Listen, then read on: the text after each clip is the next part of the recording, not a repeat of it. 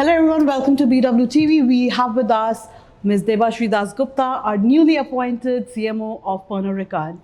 Hi Debasree, thank you for joining us. Lovely to meet you, Reema. Debasree, what I'm actually curious about is that you have worked in multiple markets apart from India before you came as a CMO for India. In your opinion, what difference is there between India and other markets? As we all know, like every market is unique. What is your thought on it? Thanks for the question. So I started my career in India, and I think for the last 1 decade, I have been outside. I have thoroughly enjoyed my time outside, but coming back to India feels incredible. I think the energy that you find in India as soon as you land, I think is incredible. You will never find that kind of an energy and dynamism in Europe. Also, I think it's an incredibly exciting time to be in India. We have the demographic dividends of a younger country and a younger population, the economic dividends of a growing and an affluent economy. So I think there is just so much positive happening in India. And I would say a decade back when I used to be here, we used to look towards the West for inspiration. I think today the whole world is looking towards India for inspiration. And India is also the largest growth engine for any organization, set alone Pernod Ricard. So yeah, I think it's incredibly exciting to be back, and I'm genuinely excited with the opportunity in what we can build here in India. Lovely. So, you have a very exciting profile and a very exciting portfolio. Now, before I actually go on to it, with direct marketing being restricted in India, especially for alcohol advertising, do you think that that limitation has actually made Indian marketers more creative in order to reach the right audiences? And how does the media mix actually differ across your portfolio, and what decisions do that allocation determines? It's a very interesting question. Like I say, I think when one faculty doesn't work, your other faculties becomes far more sharper. So I think as a marketer, you become far more sharp on what you can do versus what you can't. So I think that's where we spend most of our time. I would say that we look at brands as a portfolio, and we do have the alcohol brands, and we also do have the non-alcohol extensions.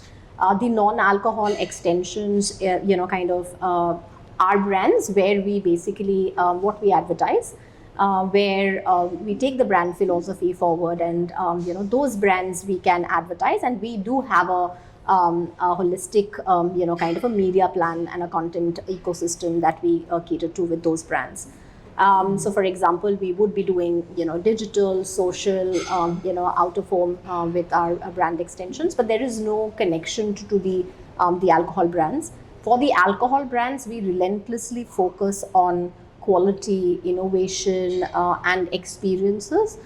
So we ensure that when we are doing experiences, we are doing something which is more immersive, where the product has an organic fit with the occasion and the moment. And how do we ensure that we are just not serving our products, but we are really elevating that occasion and that moment for our audience. Lovely. Actually, I'll come to the experiences part, but before I go on to that, like when I talk about the media mix, would you like to elaborate, like on a rough percentage wise, like how does your ATL BTL looks like, or how does your traditional versus digital allocation looks like?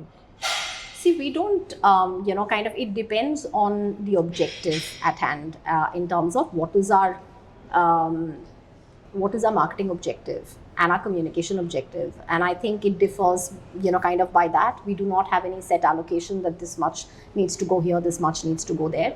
It depends, in terms of what's our objective at that point of time, what do we want to do, and what are the KPIs that we have set for ourselves. And that's basically what determines, therefore, the overall connections plan. Okay. Now coming back to your experiences part, Gen Z definitely is a generation which is very new. We are still exploring them. They are not buying just brands; they're buying stories. If I have to be honest, and they are a generation where authenticity is prime to them. Where does Pernod Ricard's authenticity comes into all these things? When I talk about experiences, as you know, brands like Pernod Ricard, definitely they're going into private tastings, they are getting into concerts, music festivals, and so on and so forth. Where does the authenticity of Pernod Ricard sits today? Um, so let's start with Gen Z. Like I think every generation is different from their previous generation, right? I think we were very different from our parents' generations, and I'm sure the next generation is different in terms of their habits, attitudes, behaviors, and even in terms of consumption of of our categories. So I think it's really important for us to understand how they are, kind of behaving. What is their attitude? What is their behavior towards the category to be able to therefore shape the narrative accordingly. So I think that's one, kind of piece of research and insight work that we continuously do to understand our consumers better. So that's, one aspect. If you talk about Pernod Ricard, let's talk about Royal Stag first, because that's the brand in question, and it's an exciting time on the brand for us. I think Royal Stag has kept itself relevant and engaging for its audience for the last 3 decades. Right, so the brand was introduced in 1995, and today it's the largest selling, whiskey brand globally. And it has managed to stay relevant across kind of 3 decades, and kind of therefore different generations. I think for a marketer, I think our biggest job is that, which is we're not chasing numbers, we're not chasing volumes, we're basically chasing relevance. How do we ensure that we stay relevant for tomorrow? So I think that's the biggest part of it, and which is why it becomes really important to understand how to innovate through formats, through new introductions, how the palette is evolving from an audience perspective, and therefore how can we cater to those tastes. The second thing we also talked about is that as Pernod Ricard, how are we looking into these new trends? And I must add that we have launched a brand called Exclamation, and I think this is probably the first of its kind, a brand that is truly designed for the Gen Z or the LDA plus audience, right? Because this is one brand which actually runs across 5 different categories, because that's how the today's LDA plus audience is drinking. They are not committed to a category. They are repertoire drinkers. They are, on some occasions they are choosing whiskey, some occasions they are choosing vodka, some occasion gin, some occasions choosing not to drink, and that's also perfectly okay. But I think for each of those moments, they have one brand, but various categories at one price point, and they can, kind of choose to, choose to have it in whatever occasions they want. And I think this is one brand which is super exciting. I think it really talks to them. It's vibrant, it's zingy, it's kind of really aligns with their expression.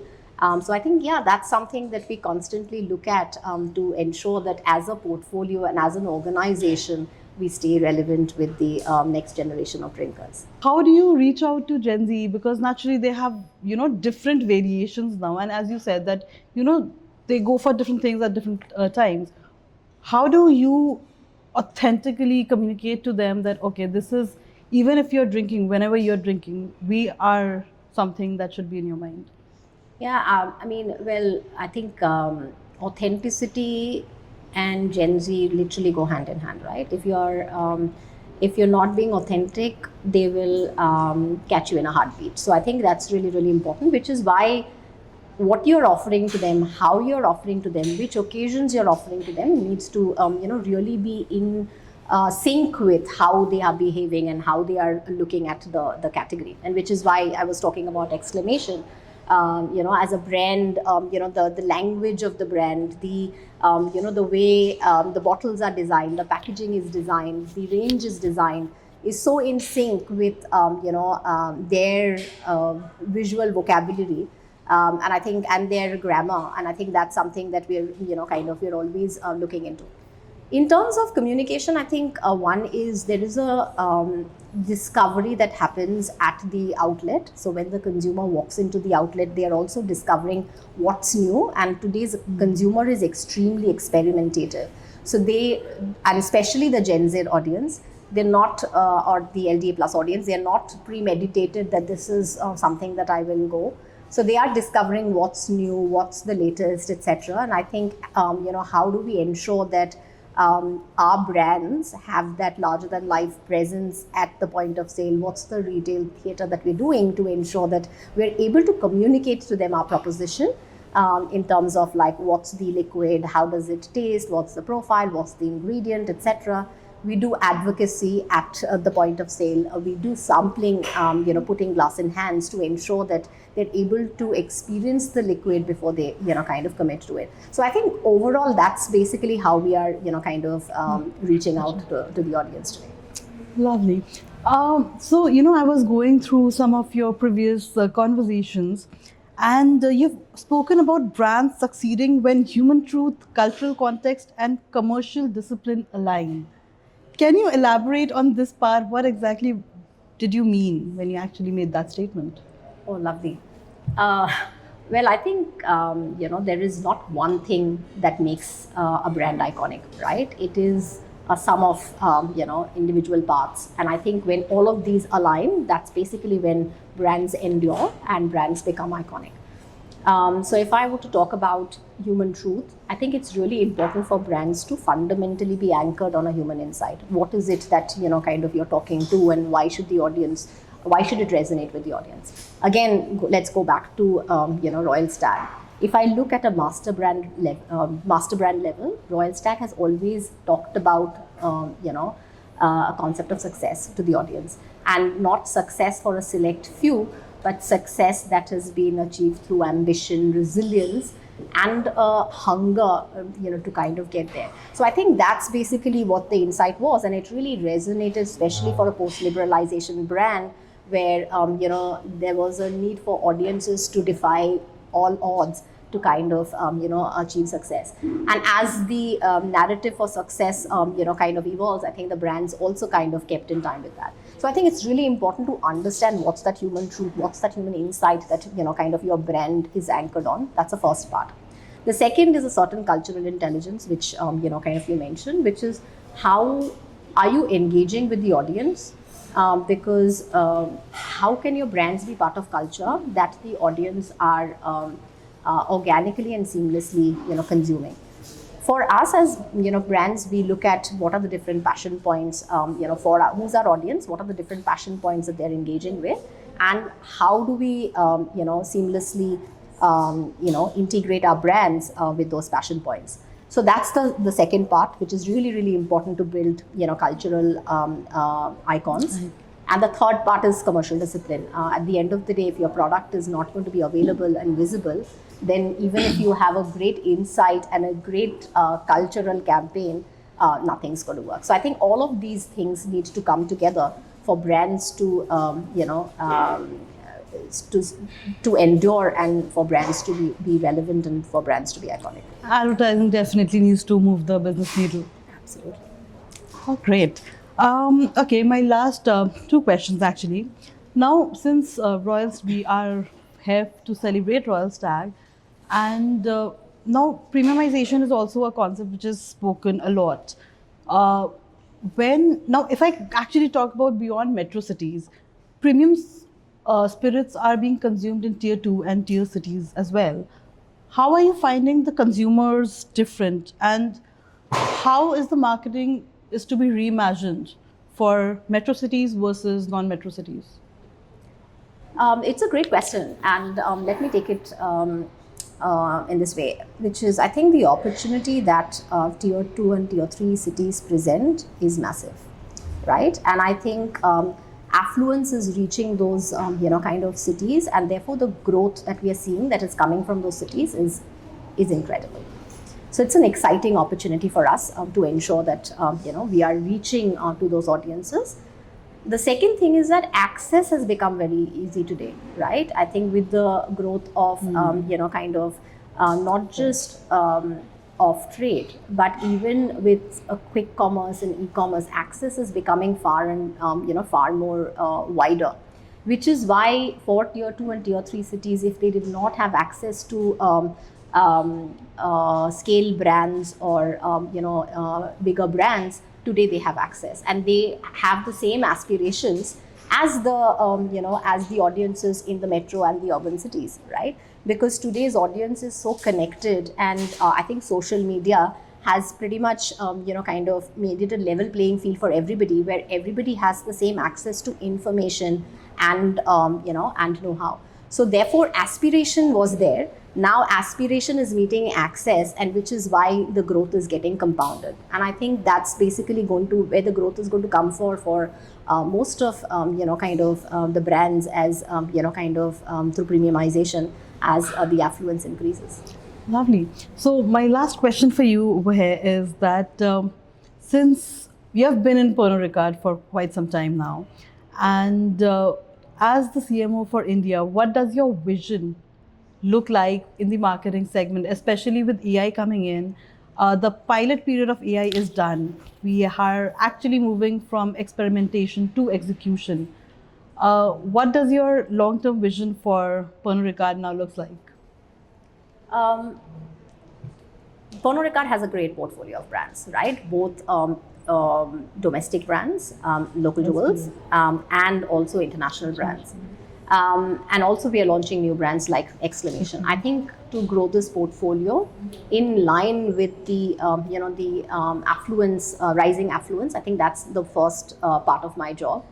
The second is that how do we ensure that each of our brands stay relevant for the next generation of drinkers, and how do we make cultural icons and not just scale brands. So I think that's the second.